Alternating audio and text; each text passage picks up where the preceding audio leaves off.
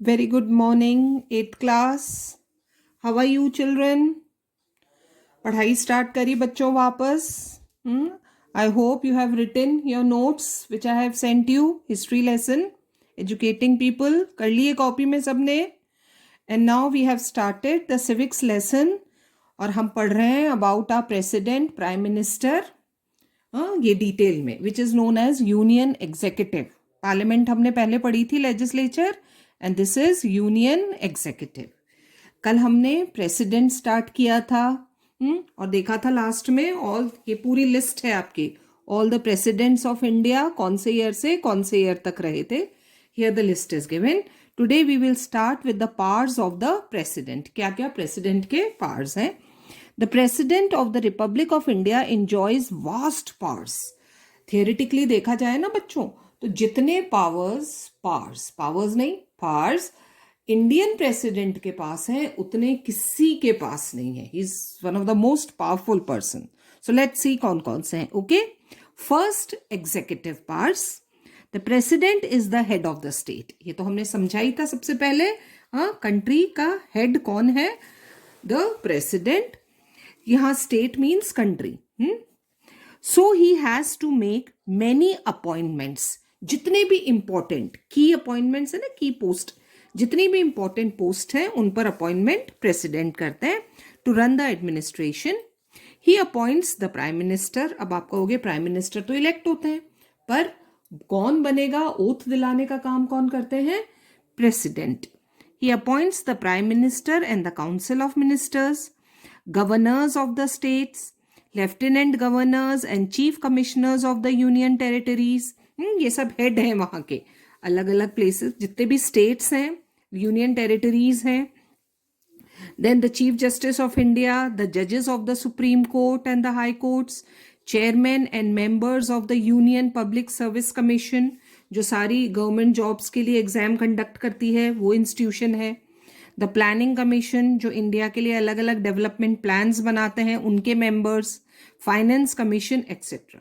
तो ये सबसे इंपॉर्टेंट पोजीशंस हैं जिस पर अपॉइंट कर, जो भी मेंबर्स हैं इनके, they are being appointed by the president of the country. He is the supreme commander of the armed forces. जो हमारी आर्म्ड फोर्सेस हैं, आर्मी, नेवी, एयरफोर्स, उनके सबके अपने अपने हेड हैं, चीफ हैं, लेकिन सारी आर्मी, नेवी, एयरफोर्स तीनों मिलाकर सुप्रीम कमांडर कौन है? The president of the country. As such he appoints the chiefs of the three wings. और जो तीनों हैं, army chief is appointed by president, navy chief is appointed by president, and air force chief marshal is also appointed by the president.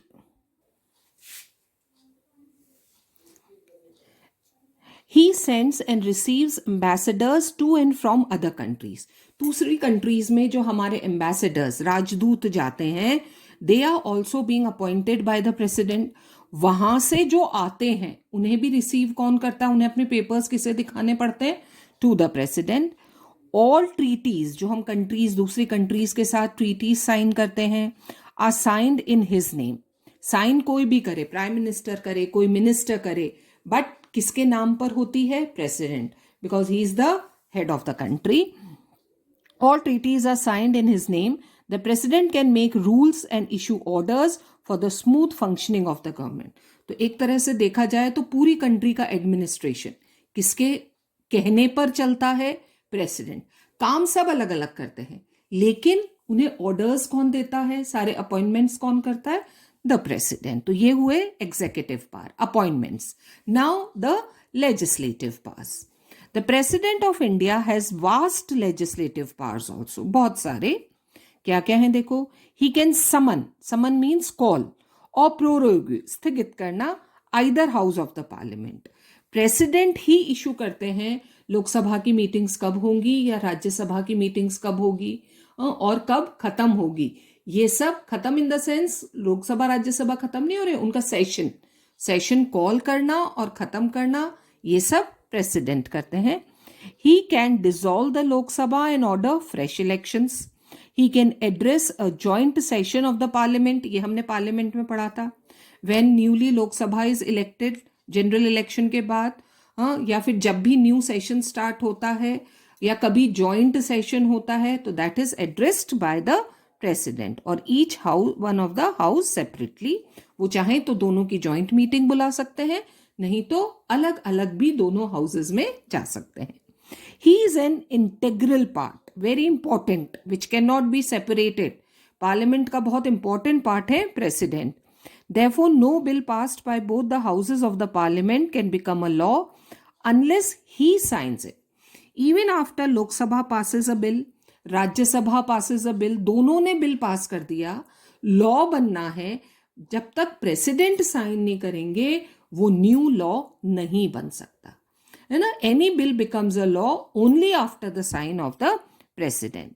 He can issue ordinance, अध्यादेश, जब session में नहीं होता है पार्लियामेंट तब अगर कोई लॉ बनाना है, when the parliament is not in session। तो ये है इनके legislative pass. then comes the financial parts, money, बहुत important है money matter।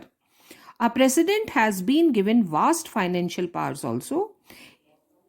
he causes the annual budget calls and the supplementary budget to be laid down before the parliament। ही ना, he causes नहीं है, he calls।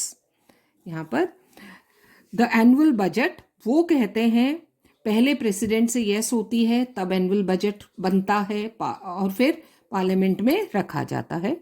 No money bill can be introduced in the parliament without his prior consent. पहले president से हाँ चाहिए तब annual budget parliament के सामने रखा जाता है। He can sanction money from the contingency fund. Emergencies के लिए जो फंड बना हुआ है उसका भी मनी अगर किसी चीज के लिए अलॉट करना है तो that is also done by the president। His judicial powers, the president has been given a number of powers in the judicial sphere also। ऐसा नहीं है कि सारे judicial powers judiciary के पास ही हैं, judiciary से ऊपर, because he is the head of the state, president has also been given certain judicial powers। he is not answerable before any court of law। हाँ, कोई भी अपने किसी डिसीजन के लिए, अपने किसी ऑर्डर के लिए प्रेसिडेंट से, even supreme court can not ask कि तुमने ऐसा डिसीजन क्यों लिया। He is above supreme court, है ना। Before any court of law for the discharge of his duties. अपनी ये सारी, ये जो हमने ड्यूटी पढ़ी ना, executive powers, legislative powers, financial powers, इनमें क्यों डिसीजन लिया, कैसे लिया, nobody can ask the president. He is not answerable before any court of law. He has the powers to grant pardon, माफी। मान लो किसी को मौत की सजा, फांसी की सजा दे दी सुप्रीम कोर्ट ने कि भाई अब तो कुछ नहीं हो सकता, उस पर्सन को भी प्रेसिडेंट माफ कर सकते हैं। तो हाईएस्ट पावर उनके पास है टू रिमिट और suspend a sentence of punishment on any appeal for mercy. ये सेंटेंस ऑफ पनिशमेंट, फांसी की सजा माफ कर सकते हैं अगर उन्हें लगे तो। He can commute even death sentence to imprisonment or life or otherwise. तो वो चाहे तो फांसी की सजा, डेथ सेंटेंस को चेंज कर सकते हैं इन लाइफ इम्प्रिजनमेंट, या उस पर्सन को माफ कर सकते हैं। This is judicial powers. और अब आते हैं इमरजेंसी पावर्स। ये भी एक बहुत इंपॉर्टेंट पावर्स है जो सिर्फ हमारे प्रेसिडेंट के पास है, emergency powers at the time of emergency. ये बहुत कम एक्सरसाइज हुए हैं। Of all the powers vested in the president of India, जितने भी पावर्स हैं, executive, legislative, financial, judicial, emergency powers has the most far reaching effects। ये सबसे इंपॉर्टेंट पावर्स हैं। The president can proclaim, declare a state of emergency if he is satisfied that। 3 conditions हैं जब president emergency declare कर सकते हैं। There is a damage of foreign danger, I'm sorry, there is a danger of foreign aggression, कोई country हम पर attack करने वाला हो, और danger to the peace and security of the country, तो इमरजेंसी डिक्लेयर हो सकती है। Because of a civil war, country के अंदर ही अगर वॉर हो गया हो, इंसर्जेंसी, हाँ, जैसे टेररिस्ट हैं या नेक्सलाइट्स हैं, इंसर्जेंट्स हैं जिन्होंने किसी इंडिया के किसी हिस्से में बहुत परेशानी क्रिएट कर रखी हो, तो वहां इमरजेंसी डिक्लेयर हो सकती है। आर्म्ड रिबेलियन, हथियार लेकर लोगों ने विद्रोह कर दिया हो, और एनी अदर सच कॉज। तो ये पास का किस में लिखे हुए हैं, article 352। Then the constitutional machinery in a state has broken down। अगर प्रेसिडेंट को ऐसा लगता है कि किसी स्टेट की गवर्नमेंट, कॉन्स्टिट्यूशन मशीनरी, गवर्नमेंट सही तरीके से काम नहीं कर रही है, chief minister and his council of ministers, और there is a deadlock because of political uncertainties और अदरवाइज, गवर्नमेंट के खिलाफ नो कॉन्फिडेंस आ गया हो, गवर्नमेंट प्रॉपरली वर्क नहीं कर रही हो, स्टेट में बहुत ज्यादा वायलेंस हो रहा हो, हाँ, और नहीं संभाल पा रही हो government, in such condition he can declare emergency in that state. और ये पार कहां लिखा हुआ है? Article 356। Then a setback to the financial stability or credit feasibility of the country. Country में अगर फाइनेंशियल इमरजेंसी आ जाए, गवर्नमेंट के पास पैसा खत्म हो गया, वो कंटीजेंसी फंड भी खत्म हो गया, सैलरी नहीं दी जा रही है, या पैसा नहीं बचा है गवर्नमेंट के पास, in such condition financial emergency can be declared by the president of the country, is likely to occur और हैज अकर्ड। अगर कोई ऐसी फाइनेंशियल क्राइसिस वाली सिचुएशन आ गई है, then also the president can declare emergency. और देखो यहां दे रखा है, national emergency was declared for the first time in 1962 when China attacked India. अभी हमने पढ़ा था अगर कोई कंट्री अटैक कर दे तो 1962 में इमरजेंसी आई थी। Then president's rule was first imposed in Andhra Pradesh in January 73, जब वहां की गवर्नमेंट सही तरह से काम नहीं कर पा रही थी, देन इमरजेंसी वॉज डिक्लेयर्ड, और उसके बाद तो बहुत सारे स्टेट्स में प्रेसिडेंट रूल लगाया गया है। Okay, and see the pictures are given of various presidents of India, और उनके ईयर्स भी आई होप तुम सबको पहचानते हो, ईयर्स भी दे रखे हैं, कौन कौन से ईयर में दे बिकेम प्रेसिडेंट, कब से कब तक, टर्म कितना है? 5 years। Yes, so these are the various presidents of India. Actual position of the president, तो अभी हमने पढ़ा बच्चों the various parts, executive parts, legislative parts, judicial parts, then financial parts, और है ना, यही तो है, executive, legislative, judicial, financial and emergency parts. तो these were the various parts of president. अब हम पढ़ेंगे भाई, ये तो कॉन्स्टिट्यूशन में लिखा हुआ है, ये सारे पार्ट्स जो हमने पढ़े ना, they are written in the constitution. अब हम एक्चुअल पोजीशन समझेंगे क्या है प्रेसिडेंट की। Actual position of the president, can the president assume absolute powers? जिस पर्सन के पास इतने सारे पावर्स हो, वो तो कभी भी डिक्टेटर बन सकता है। हाँ, किसको अपॉइंट करना है, क्या लॉ बनना है, फाइनेंस से लेकर जुडिशरी से लेकर सारे पावर्स है प्रेसिडेंट के पास। सो एक्चुअली में ये कैसे फंक्शन होते हैं? After a close study of the various parts cited above, जो हमने ऊपर पढ़े, and the effects thereof, it appears as if the president of India can assume dictatorial parts. अगर सच में ये सारे पार्ट्स प्रेसिडेंट एक्सरसाइज करने लग जाए ना, तो he can become the dictator if he desires so. But this is not true. Ours is a parliamentary form of government. याद रखो बच्चों, है ना, हमारा country presidential form of government नहीं है। मैंने पहले चैप्टर्स में भी समझाया आपको, democracy has 2 types, parliamentary and presidential. USA has presidential parts, लेकिन इंडिया क्या है? Parliamentary form of government, in which the president is only a titular head. Titular means नाम के लिए, टाइटल सिर्फ उसके लिए है, वो नाम के लिए, of the state. The enormous parts linked with his name. ये जितने भी पार्ट्स अभी हमने पढ़े हैं are in fact enjoyed by the prime minister and the council of ministers. Constitution ने किसके नाम पर लिखे हैं? प्रेसिडेंट के नाम पर। बट एक्चुअली में ये पार्ट्स एक्सरसाइज कौन करता है? Prime Minister and his Council of Ministers, who come from the Parliament and are answerable to the Parliament for the acts of omission and commission. तो ये सारे पार्ट्स, भाई प्रेसिडेंट से तो कोई कुछ पूछ ही नहीं सकता, तो फिर तो वो डिक्टेटर बन जाता। इसलिए एक्चुअली में ये सारे पार्ट्स कौन एक्सरसाइज करता है? The prime minister and his council, जो कि पार्लियामेंट से आते हैं, which is elected by the people, and they are also answerable to the people. If a president bypasses all the checks and acts in a manner which is against the letter and spirit of the constitution, he too may be impeached. ऐसा नहीं है कि impeachment उनका नहीं हो सकता, उन्हें भी हटाया जा सकता है ना। impeachment हमने पढ़ा था ना, कैसे हटा, अगर सही काम नहीं कर रहे हैं, प्रेसिडेंट का पढ़ा था हमने, impeachment से हटाया जा सकता है। लेकिन कब? जब वो कॉन्स्टिट्यूशन के खिलाफ जाकर काम कर रहे हैं, then he can be impeached. तो एक्चुअली में किसने, कॉन्स्टिट्यूशन ने सारे पार्ट्स किसे दिए हैं? प्रेसिडेंट को, लेकिन उन्हें एक्सरसाइज कौन करता है? Prime minister and his council of ministers. So this was the president, this is the president of the country. Second executive में कौन आ रहा था? The vice president. The constitution also provides for a vice president for the Republic of India. President के नीचे कौन काम करते हैं? Vice president. He is also the chairman of Rajya Sabha, ex officio chairman कहलाते हैं वो राज्यसभा के। And in that capacity he is now entitled to a salary of 4 lakh rupees besides various other allowances. उन्हें भी बहुत सारे अलाउंसेस मिलते हैं। क्वालिफिकेशन क्या होनी चाहिए? A candidate to the office of the Vice President of India must possess the same qualification as are essential for the office of the President. हमने प्रेसिडेंट की पढ़ी थी, वो ही क्वालिफिकेशंस किसके लिए चाहिए? वाइस प्रेसिडेंट के लिए। Moreover he should be qualified to be elected to the Rajya Sabha. और राज्यसभा की क्वालिफिकेशंस भी हम पढ़ चुके हैं, तो वो होनी चाहिए जो इलेक्शंस के लिए जरूरी है। वो अगर है क्वालिफिकेशंस पर्सन में, he can become the vice president of the country.